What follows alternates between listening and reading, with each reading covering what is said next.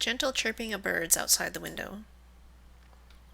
The laughter of children on their way to school. The blinding sun.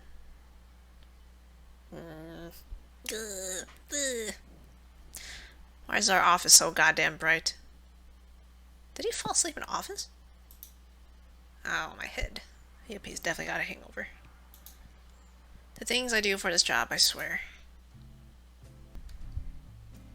As I sit in my chair sipping my morning coffee and trying to ignore this horrible hangover, my eyes drift up to the clock. Leslie's even later than normal. I hope nothing's wrong. If he doesn't come in soon, maybe I should just leave a note and go nap in my car.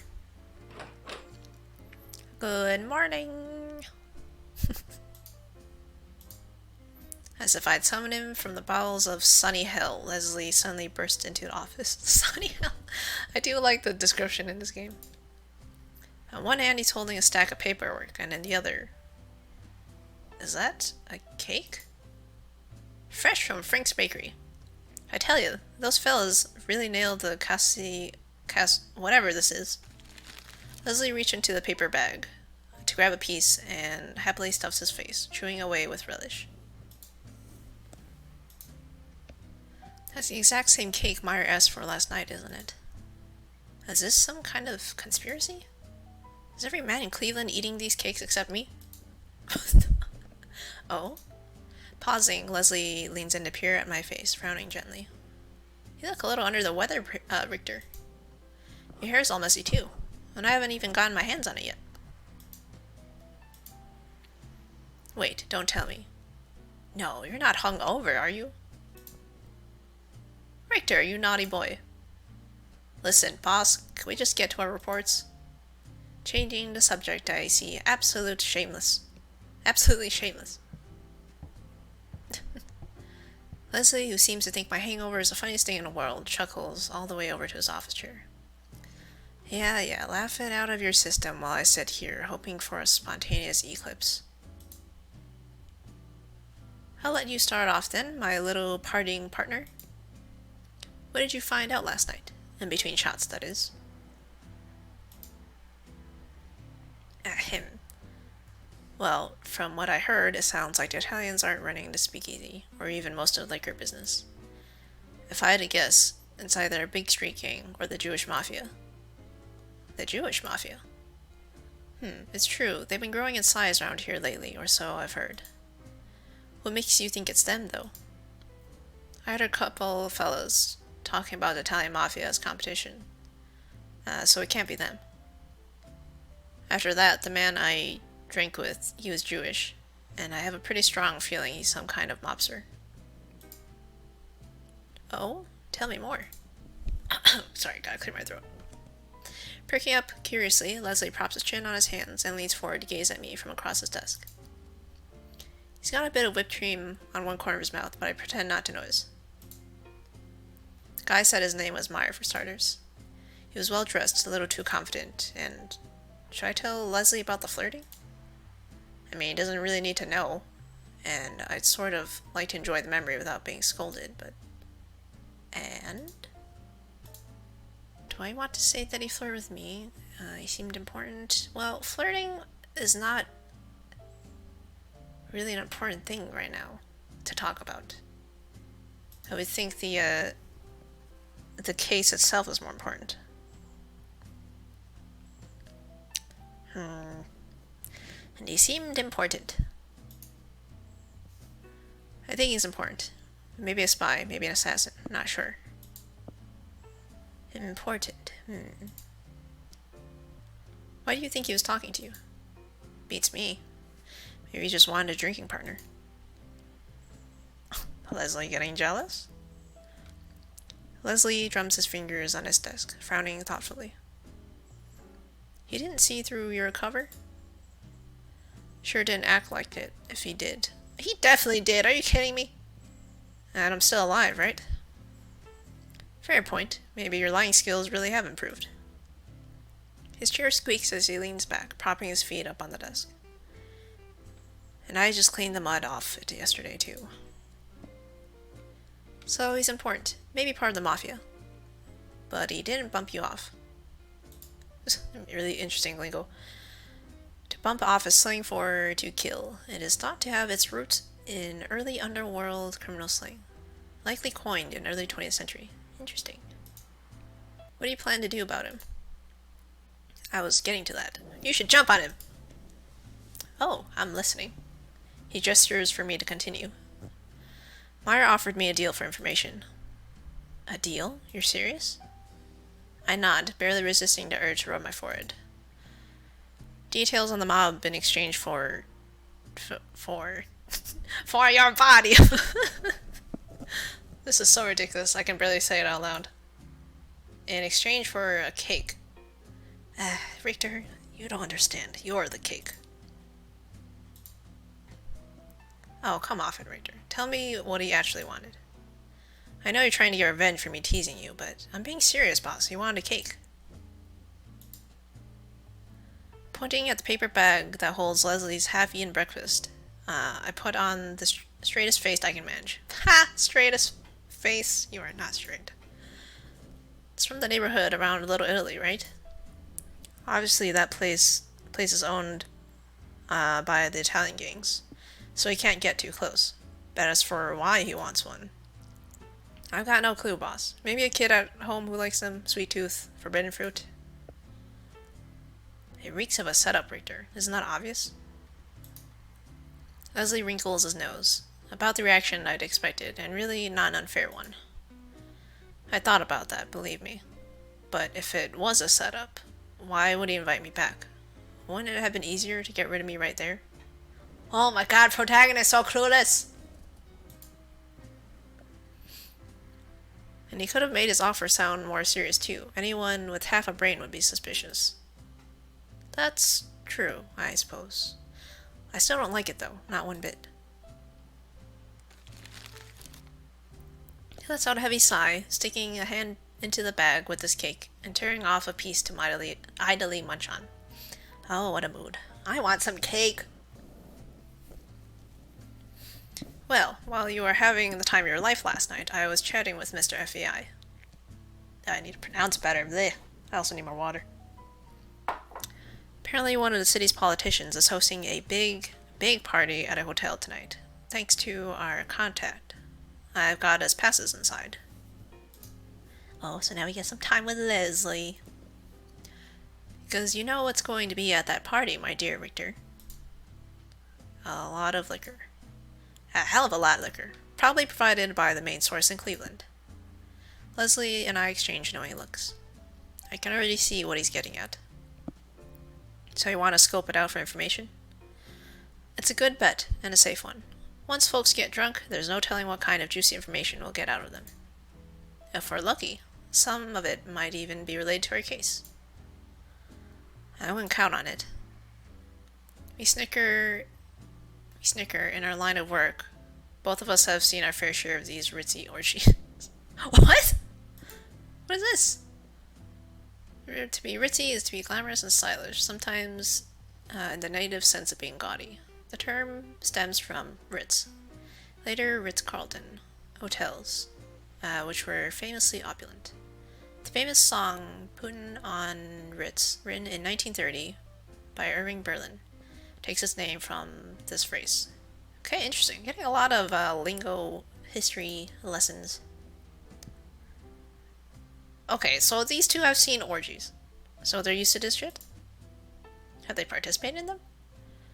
I think you should come to the party with me tonight. With your smarts and my good looks, we're bound to find something out. And, if you want my honest opinion... Leslie goes thoughtfully silent for a moment. And a more serious look darkens his brow. I think this rendezvous at the Speak is too risky. Speak refers to speakeasy. It's just a short form of the word. Oh, he's referring to the deal that Richter has with Meyer, I think. Even if Meyer doesn't mean you any harm, any other mob types around there might not feel the same way. But I also don't think you're green enough to walk into a death trap. Gee, thanks, boss. When I roll my eyes, Leslie offers me a soft, affectionate smile, the kind he only puts on once in a blue moon. I'm heading to the party, either way, but I trust your judgment, Richter. You can decide for yourself where to go tonight. What'll it be? Oh boy, more decisions! As much as I hate to disappoint Leslie, my instincts are telling me the speakeasy is worth a gamble. Wait, do I not get to... Oh, I thought we get to choose. It's a risk, no doubt about it, but one I feel I have to take. Shifting out of my chair, I approach Leslie's desk and lean over it, giving him a firm look to show my conviction. Sorry, boss. I'm gonna try my luck with Meyer. There's a lead there. I just know it. There's more than just a lead there, but okay. Like I expected, Leslie doesn't look too thrilled by my choice. I wonder if this is because of my first few choices in the beginning. That might be it. But, true to his word, he soon lets out a good-natured sigh. Heartlessly leaving your partner in the dust. So this is what's come to, eh? Oh, he's jealous. A little bit of bitterness there. Fine, I'll just enjoy the free party food by myself. Not even going to bring me back a sandwich? Ask your new friend for one. Oh, he's totally jealous. Leslie huffs, and I snicker at his playful sulkiness, although I have to wonder if a little bit of it isn't genuine. Alright, but if you go, promise me you'll station a few officers near the speakeasy, just in case something goes wrong. You never know when trouble might pop up. Yeah, that's fair. I'll make the calls this morning. Good boy. Then I won't I'll worry less about you. He reaches out to ruffle my hair. Luckily, it was already messy, so he can't inflict much more damage. Now, let's cannonball into that stack of paperwork. Been looking forward to it all morning. We spend the rest of the day going through reports, most of them related to Italian gang activity on the east side. It doesn't exactly put me at ease for when I leave the office, heading towards Little Italy to pick up Meyer's cake. I keep picturing his face, and my mind wanders to how he might react when I hand this to him. Will it really make him happy? He's concerned about making him happy, huh? Aside from those distracting thoughts, though, my bakery trip is an uneventful one. Prized cargo in hand, I end up at the speakeasy, just as night's settling in.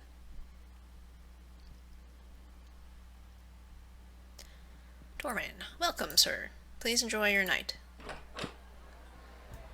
Oh boy. The doorman gives his customary greeting, and I casually nod while stepping past. Here I am, a detective on a risky job, shuffling into a speakeasy with a cake in a paper bag, like some kid holding onto a school lunch. Not my finest moment. The place is packed full, just like last night, which means I can't really pick Meyer out easily. I guess if I hang around the bar long enough, maybe he'll show up. Oh? Oh, it's Mr. Jack. A coarse voice, different from Meyer's, growls out behind me. I turn to see one of the rough-looking men I noticed last night, staring at me suspiciously. Why don't they just show me in the face? I'm gonna pat you down, make sure you aren't healed, understand? Healed refers to being armed, usually with a gun. Like packing heat would refer to later on. The earliest usage was around 1866.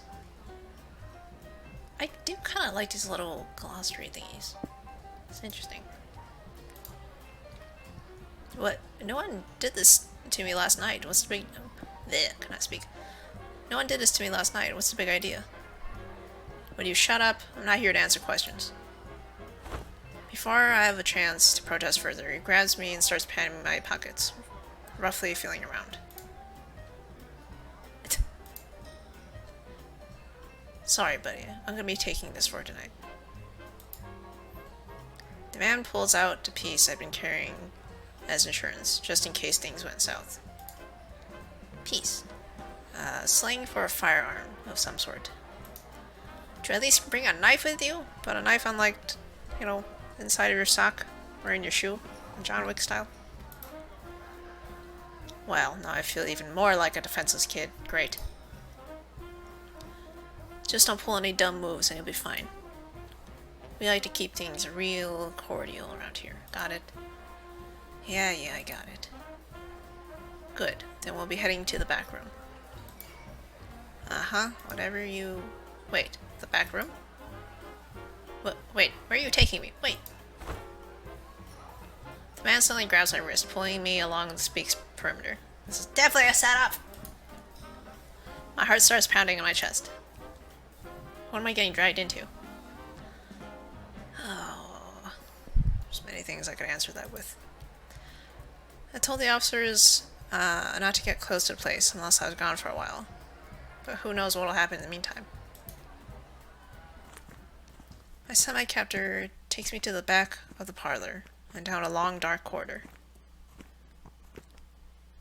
These are like ASMR sounds. It's like right in my ear. The music and laughter fade slowly into the distance, replaced by only the sound of our footsteps. Finally, we reach a large black door, and the man knocks firmly on it several times. Come in. Are those supposed to be books? The door opens into a warmly lit, spacious parlor. Not exactly the scary, dank room I'd been expecting. The door opens to a sex dungeon. And there, in the middle of a lush couch, sits a familiar tall man. Mr. Eastman, your friend's here. Yes, I can see that. Thank you for bringing him in. Make sure no one intrudes on us, if you'd be so kind. Stranger danger! Stranger danger! Yes, sir. With a polite nod, the other man departs, closing the door behind him with a soft click. Once he's gone, Meyer and I stare at each other for a few seconds in silence. I can only think that this dramatic reintroduction was deliberate. He knows I can read the subtext. Well, I brought your cake. I lift the bag in my hand and shake it a little, laughing nervously. I knew I could count on you. A pleased smile slowly spreads over his lips, and the sight makes me relax a little. He pats the couch beside him, and I don't exactly feel like I'm in a position to refuse. I approach and tentatively lower myself down, sinking into the soft cushions. Why, you're as stiff as a sheet of glass. What's wrong, Jack? Your secretary back there wasn't exactly the most gentle of fellows. I apologize. They're used to dealing with coarser individuals than yourself, you see. And I forgot to tell him to use kid gloves. Kid gloves? Kid gloves. To use kid gloves with something or someone means to treat it delicately or carefully. The term refers to gloves made from kid leather.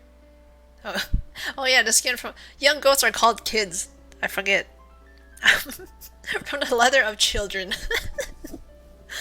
Which is extraordinarily soft and smooth. She didn't say like baby leather. Alright, anyways. It's not that I just wasn't quite expecting all this. All of this? You mean a nice back room in a speakeasy? Meyer gives me a faux innocent look. Right, that's obviously what I was referring to. Anyway, here, your prize. I hope it didn't get smashed when your lackey was jostling me around. I offer Meyer the bag with the cake, and his eyes light up when he takes it from my hands. Wonderful. I can smell it already. I'm not gonna try to read that. My rabbi used to say, but I like to pretend it doesn't apply to cakes. A German phrase that translates as, It's hard to eat a stranger's bread. Supposedly used by Jews in St. Louis, Missouri, as of 1920. I would have liked more of an explanation. Like you should eat your own thing, not other people's. He gazes longingly at the bag for a moment, then sets it to one side. It's gonna eat it off of you. A smile finds its way onto my lips before I even realize it. The way he likes sweets so much really reminds me of Leslie. You gotta be thinking about another man when you're with this man. Oh, before I forget, I have something for you, Jack. Is it the whiskey? Is it drugged? Meyer leans around the edge of the sofa, grunting softly before straightening back up with the bottle in hand. Old Forester Kentucky Whiskey, the label reads. You remembered? I have an excellent memory, especially when it comes to people who catch my interest. Meyer reminds me of something, but I can't. Or Meyer reminds me of someone, but I can't really remember off the top of my head. Anyways, these are definitely some archetypes going on here. Wow, that sound of liquid is right in my ears. Jesus. He takes a glass from the table beside him and starts pouring me a drink, humming softly. I noticed that he's already got a half-empty cup of coffee for himself, black as the night. This is a quality product right here. I promise there's no ed involved. Meyer hands me the glass. The game knows what it's doing. Yes, it definitely does know what it's doing. Meyer hands me the glass, letting his fingers brush against mine for a moment, longer than necessary. Thanks. You're quite the host. You expected anything less? So close. It's zoomed in so much. He turns a little bit on the sofa, propping one elbow against the back so he can gaze at me head-on. Feeling slightly embarrassed under his stare, I take a curious sip of the drink. Damn, it goes down so easy. You know what else is gonna go down easy? Jeez. Quite enough that I can see why you're not serving it out there. A man has to make a living, unfortunately. Buying and transporting high-quality goods is expensive, not to mention risky. I'd much prefer to serve good liquor over the common swill, but it's not quite feasible yet.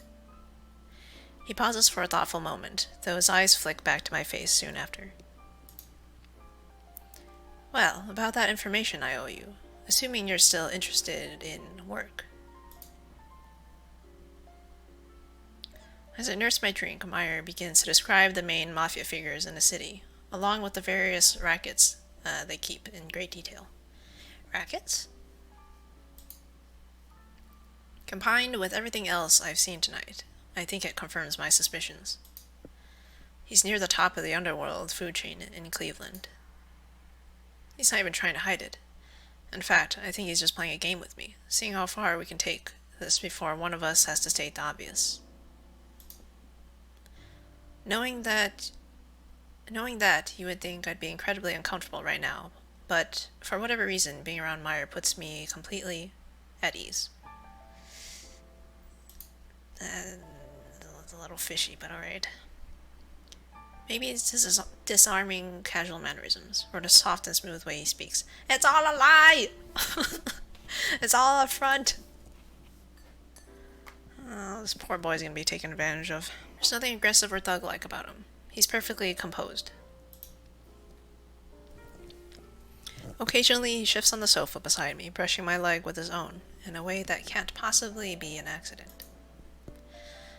I can't tell what's going on behind his twinkling green eyes, but there's something playfully devious about the glances he keeps giving me.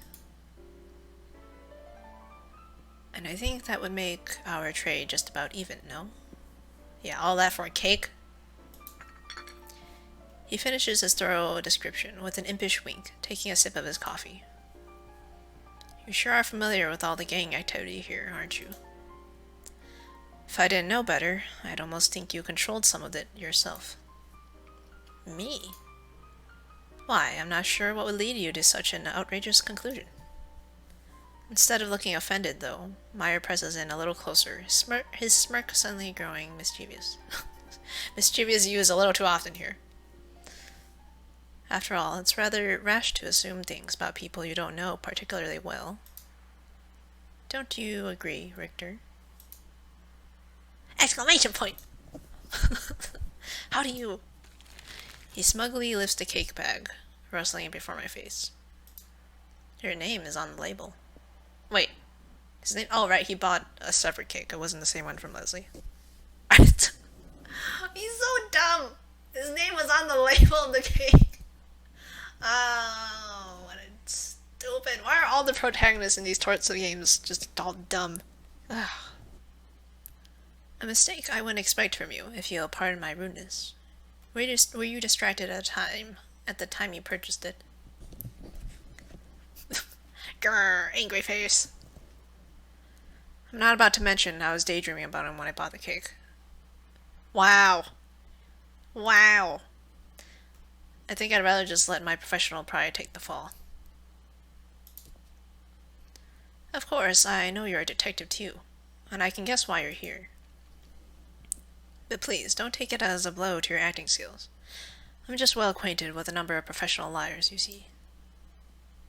If you already know so much about me, why are you pouring me drinks rather than having me shot and dumped in the alley? Meyer clicks his tongue, lightly wagging a finger at me.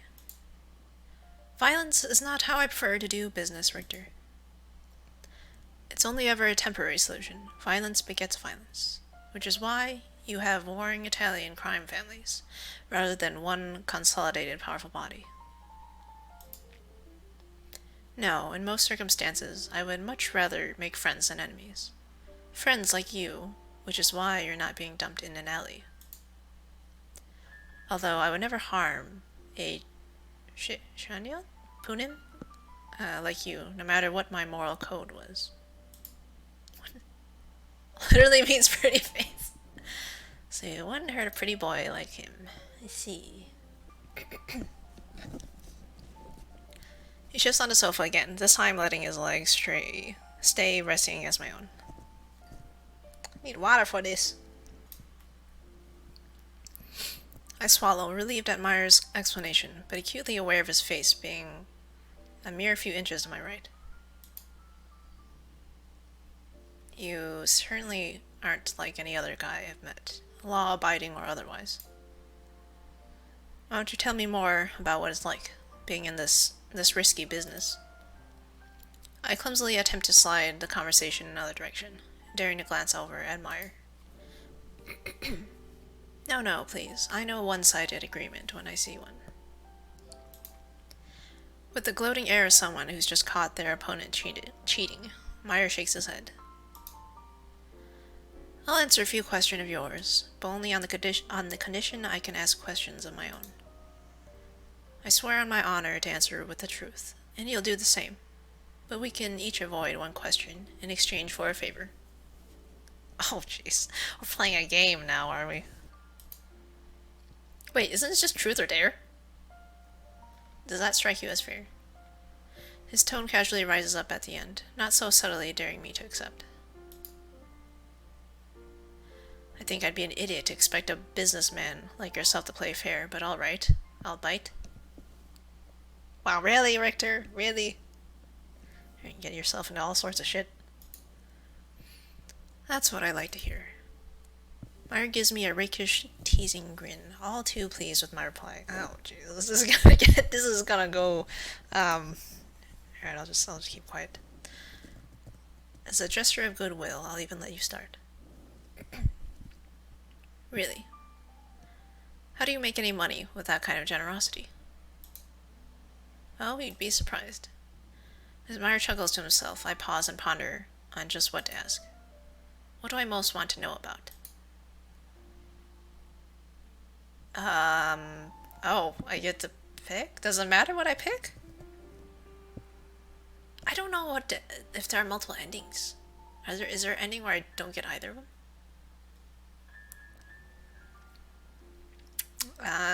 Should I get personal? Yeah, sure, why not?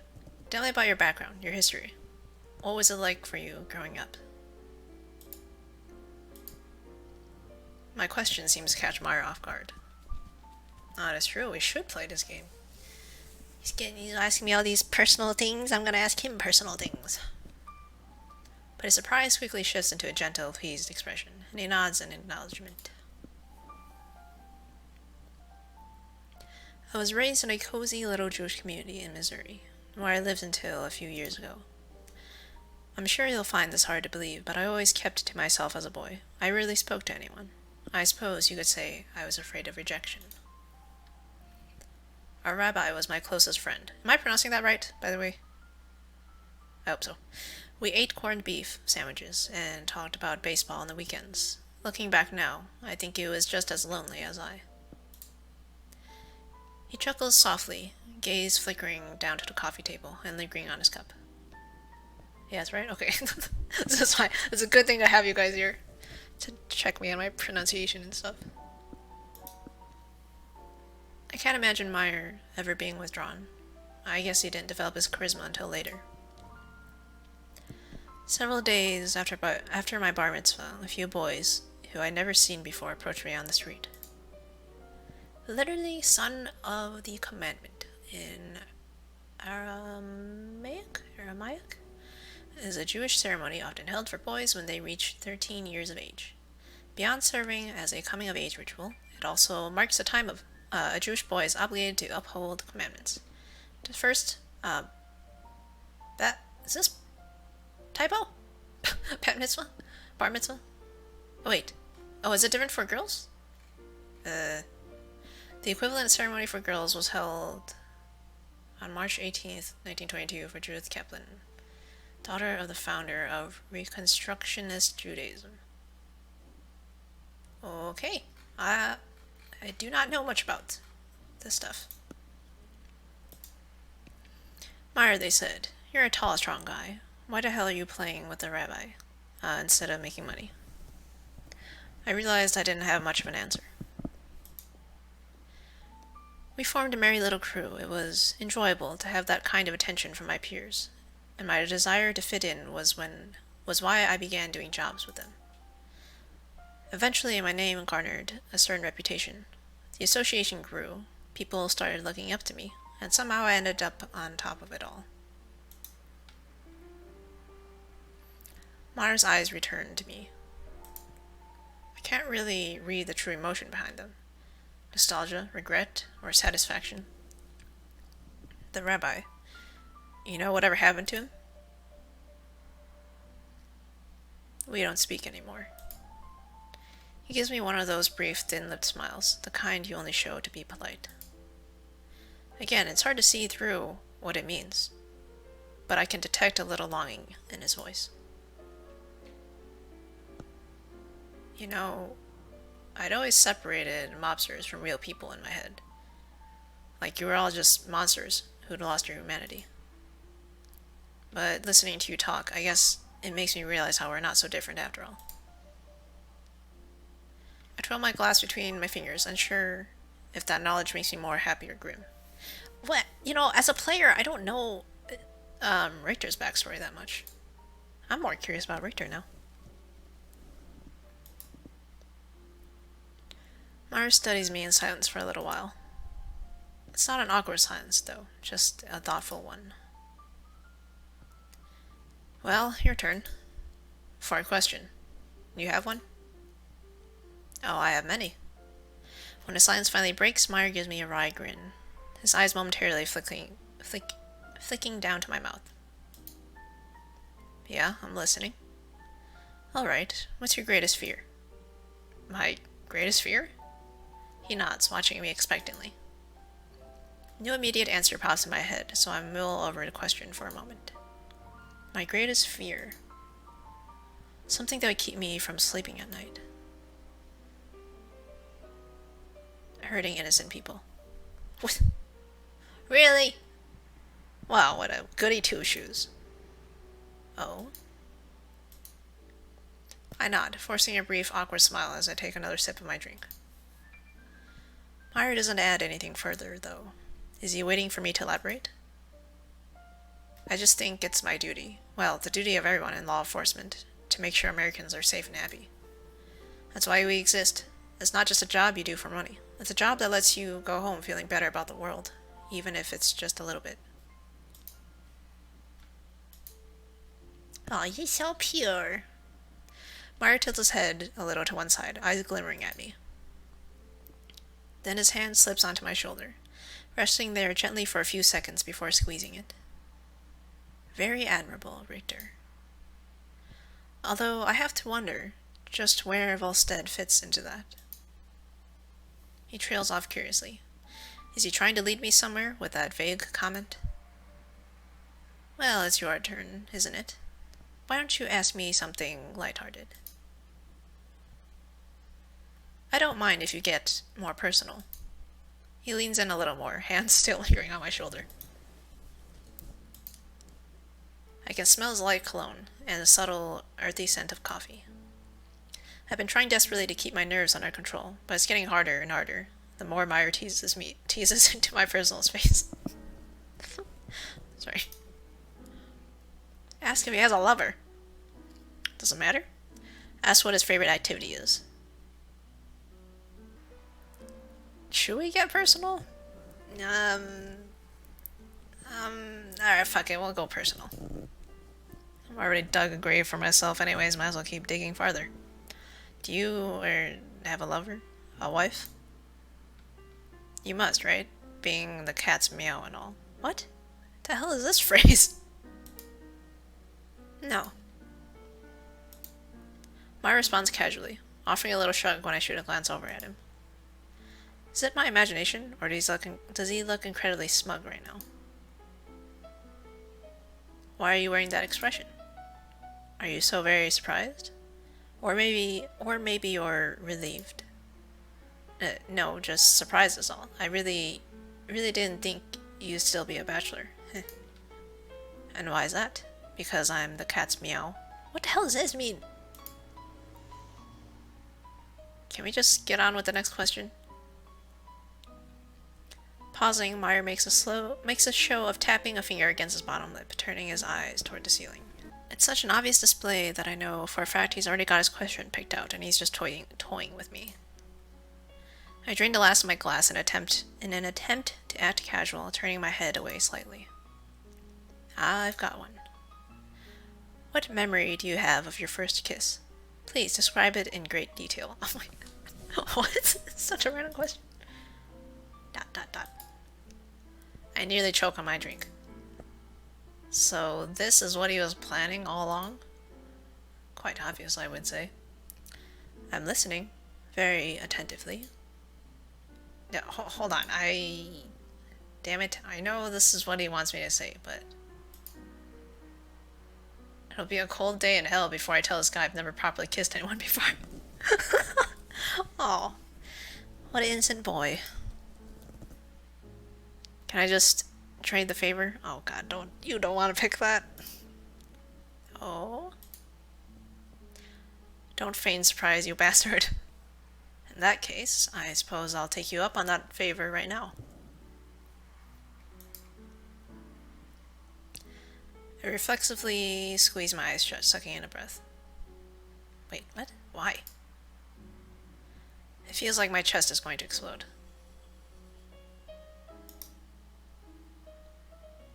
Richter? What are you doing?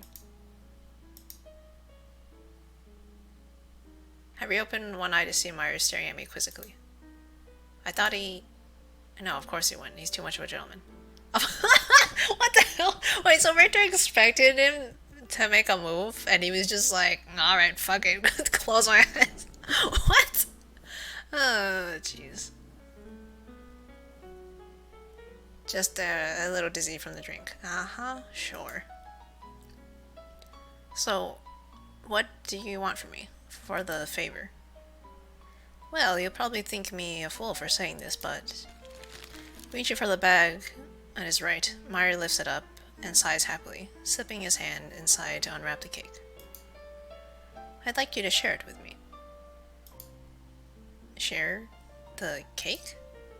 He nods, pulling back the paper wrapping to reveal the delicious-looking, spongy white dessert. Is there gonna be an art of it? I would love to see it, like, actually drawn out.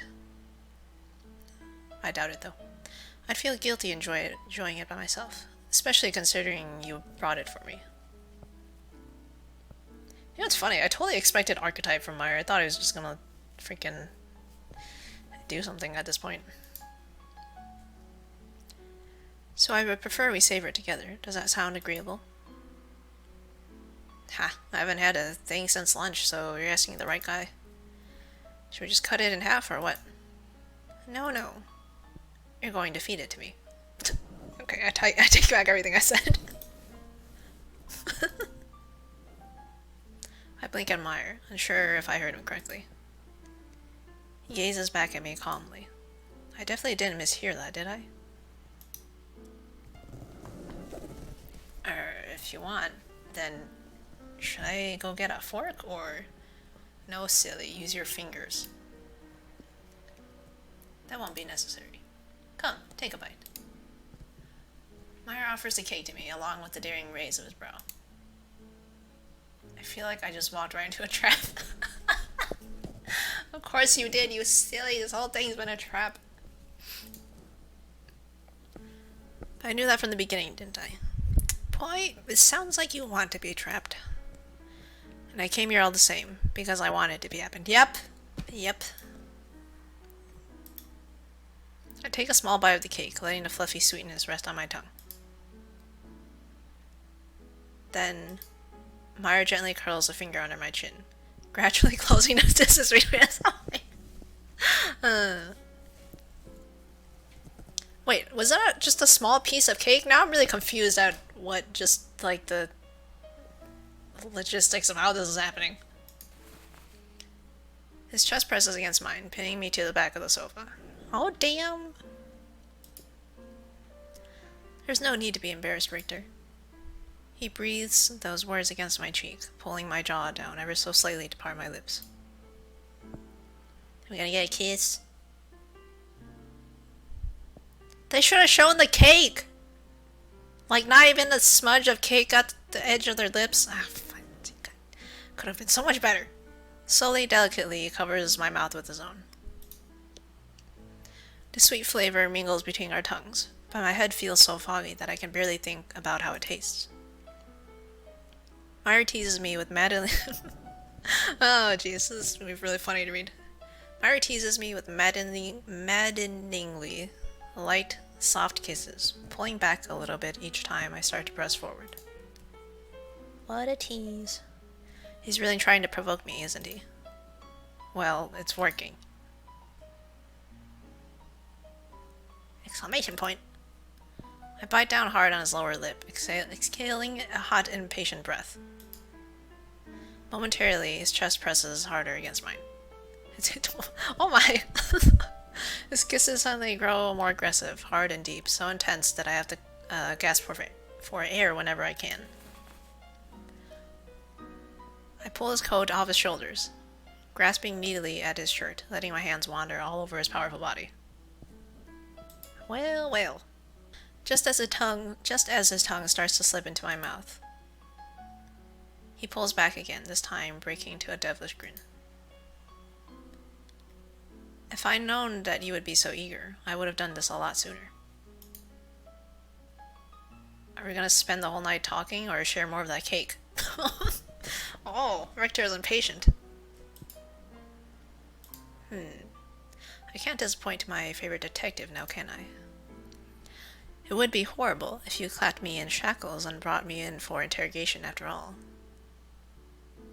Would it be so horrible, though? You sound pretty excited about the idea, actually. And can you blame me? Meyer swipes a finger through the cake's icing, then presses it past my lips. Oh, jeez. Wow! I don't know how far this is gonna go. What's the Twitch policy terms of service? I suck on it without hesitation, lapping the sweetness off his fingertip, a faint moan leaking from my throat before I can contain it. Richter. Wow, we're actually getting tongues. I don't know how to read when it's just like M. I don't think my mic would pick up on it. Meyer suddenly leans in for another kiss, trailing his finger along my bottom lip. This time he's the impatient one, his tongue pressing insistently against my lips until I part them. He greedily swirls inside my mouth, tangling with my own tongue, as Meyer presses me roughly against a couch. It's like he can't get enough of me, and I can't get enough of him. I grasp his hips and keep him pulled forward, wanting more and more. As we trade eager, wet kisses, my mind hazily wanders towards a certain question. What am I really doing here? Getting laid, apparently. Am I trying to live out some detective seduced by mobster fantasy? Yep. Or is it like Meyer said? Are we just two men, outside of our opposite professions, savoring each other's company? All of the above. If Leslie could see me right now, I don't know what he'd think. Or if he'd even find it excusable. Why are you still thinking about Leslie? That's for another playthrough. But if I'm so easily turned away from my duties by a gangster, maybe I was never cut out for this line of work to begin with.